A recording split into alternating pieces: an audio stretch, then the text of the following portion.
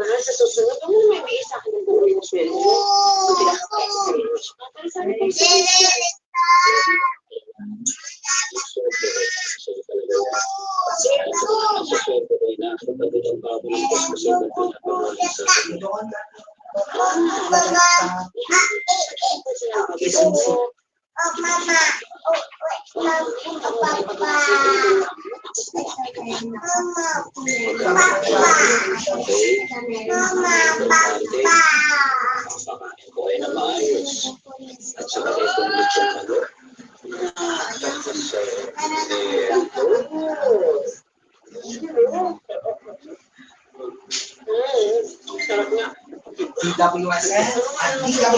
No! No! Please! Please! Ate mo ro dito. wala naman ito tayo tayo. Pwede ko na ako. Wala naman ito sa mga ibig sabihin. Yan naman. Kung saan nakakuha sa tatay ko. Ay, sobrang bilit-bilit pa yung wala ito. Ano sa bagay natin dito? Baka siya hindi nakakatulong. Mas sobrang hindi talaga yung sarili mo eh.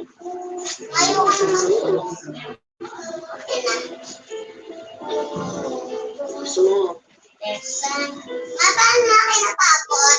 Hindi ko pa rin sa Lapit-lapit mo na yan.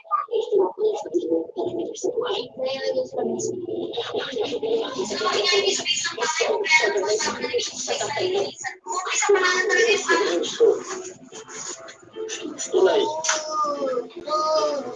Kaya nga naisip ko lang ako ng tatay ko dahil gusto lang yung gusto niya. Ayan, sa tatay may bilang sa kapatid mo.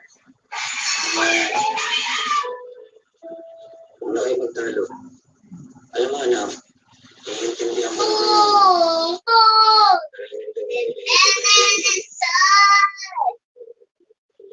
Pero sana,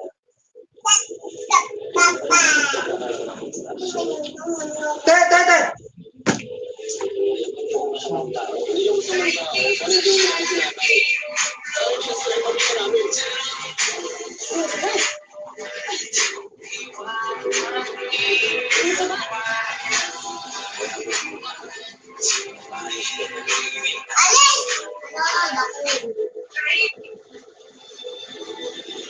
Labis na dinagdang ni Lito ang ginawang pag-iwan ng nanay niya sa kanyang anak. Pero sa kabila ng galit ni Lito, niyang inawa si Melvin. Napatunay na nagkakaawa sa kanya. Sa paglipas ng mga araw, unti-unti na daw. Nayan